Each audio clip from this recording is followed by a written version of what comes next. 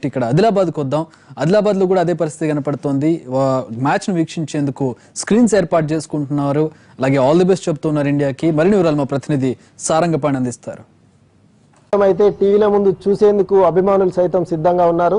మనం ప్రస్తుతం చూడొచ్చు, గల్లీ నుంచి ఢిల్లీ వరకు, హైదరాబాద్ నుంచి ఆదిలాబాద్ వరకు ఎక్కడ చూసినా క్రికెట్ ఫీవరే పట్టుకుంది.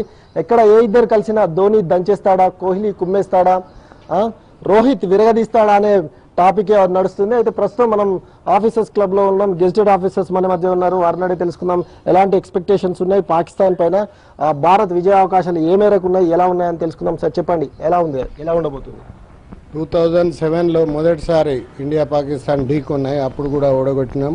మరి 10 years తర్వాత 2017లో మళ్ళీ ఈసారి కూడా ఫస్ట్ ఓపెనింగ్ మ్యాచ్లో ఎట్లా చిత్తుగా ఓడగొట్టాము, ఈసారి కూడా ఓడగొడుతున్నాం.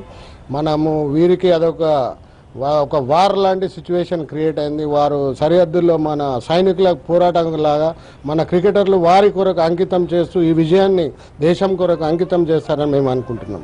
ఓకే, అంటే పాకిస్తాన్ భారత్ మ్యాచ్ అంటేనే ప్రతి ఒక్క క్రీడాకారులు కావచ్చు, భారతీయ పౌరులు కావచ్చు, ఉక్రోషం, అది వేరే వ్యక్తి కసి ఉంటుంది. అంటే ఎలా ఉండబోతుంది? ఇది చాలా ఉత్కంఠమేమి ఉండదు, చాలా ఈజీగా గెలుస్తారు. 90% మన ఇండియన్ ప్లేయర్స్ గెలుస్తారనేది ఉన్నది.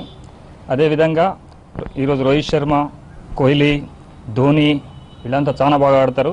అదిగాక బౌలర్స్లలో కూడా ఉమేష్ యాదవ్ కానివ్వండి, కేదార్ యాదవ్ కానివ్వండి, బుమ్రా కానివ్వండి, వీళ్ళు కూడా చాలా బాగా ఆడతారు. ఓకే, అంటే ప్రత్యర్థి జట్టు కూడా ఏదైతే లీగ్ దశలో చిత్తుగా ఓడగొట్టడం జరిగింది, తర్వాత మాత్రం పుంజుకుంది. అంటే పాకిస్తాన్ ఎలా ఆడబోతుంది, మన భారత్ దానికి ఎలా సమాధానం? వారు ఎంత పుంజుకున్నా కానీ మనం పుంజు లాంటి వాళ్ళు పెట్టనే కాబట్టి వాళ్ళని ఎప్పుడు పుంజే గొప్పగా ఉంటుంది. ఎంత పుంజుకున్నా అది పుంజు గారాదు. వేరే చిన్న పెట్టెల మధ్యలో పుంజుకుంది కానీ మన పెద్ద పుంజు ముందు అది పుంజులాగా ఉండలేదు. కాబట్టి మనమే తప్పకుండా చిత్తుగా మరొకసారి ఓడగొడతాం. వాళ్ళ ట్రాక్ రికార్డ్ చూస్తే ఎలా ఉంటుంది, గతంతో పోల్చినా ఇప్పటికీ ఎట్లా ఉంటుంది? ఇది ఒకప్పటి పాకిస్తాన్ టీం కాదు, ఇది ఆల్రెడీ బి టీమ్ లేక సి టీం కూడా అనొచ్చు. ఇది అసలు దీంట్లో ఒక పేరు ఎన్నిక గల ఒక ప్లేయర్ కూడా లేరు, వాళ్ళకు ఒక ఛాన్స్ కూడా లేదు ఏ రకం కూడా. ఇది ఉత్కంఠ మ్యాచ్ అంటున్నారు, కానీ it will become a one side match.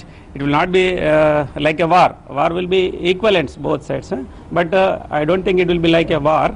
It will be one side only, totally one side only. No need of any panic or any anxiety. India will win definitely, I think. Okay, అంటే భారత్ పాక్ ఒక విధంగా సరిహద్దుల్లో యుద్ధ వాతావరణం ఉంటే ground లో మాత్రం ఏ వాతావరణం ఉంటుందని మీరు ఎక్స్పెక్ట్ చేస్తారు? వార్ వన్ సైడే ఉంటుంది. విరాట్ కోహ్లీ జునైద్ ఖాన్ను, అమీర్ ఖాన్ను చిత్తుగా కొడతాడు. बाप होता है, बेटा होता है. पाकिस्तान बेटा है, भारत बाप है. ఓకే, చూసుకున్నట్లయితే మరికొంతమంది ఉన్నారు, వారిని తెలుసుకుందాం. సీనియర్ ప్లేయర్స్ చెప్పండి, ఎలా మన అంటే ఇప్పుడు రెండు టీంలని కంపేర్ చేసుకుంటే బ్యాటింగ్లో కానీ ఫీల్డింగ్లో కానీ ఇంకా బౌలింగ్లో కానీ ఎక్కడ కూడా ఛాన్స్ లేదు, వాళ్ళకి అవకాశం ఇచ్చే ఛాన్స్ లేదు.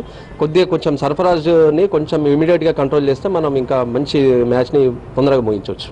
ఓకే, మొత్తానికి చూసుకున్నట్లయితే ఎవరు ఎన్ని పుంజుకున్నా ఏమైనా గ్రౌండ్లో మాత్రం ఆధిపత్యం చెలాయించేది, గెలిచేది మాత్రం ఇండియానే అంటున్నారు. ఎవరు ఎన్ని చేసినా ఆ కోహ్లీ కుమ్మేస్తాడు, ధోని దున్నేస్తాడనే చెప్తున్నారు. ఎక్కడ చూసినా విజయం భారతే అని ముక్త కంఠంతో చెప్తున్న పరిస్థితి ఉంది. ఇది ఇక్కడ పరిస్థితి. కెమెరామెన్ సత్యంతో సారంగపాణి, ఎన్టీవీ, ఆదిలాబాద్.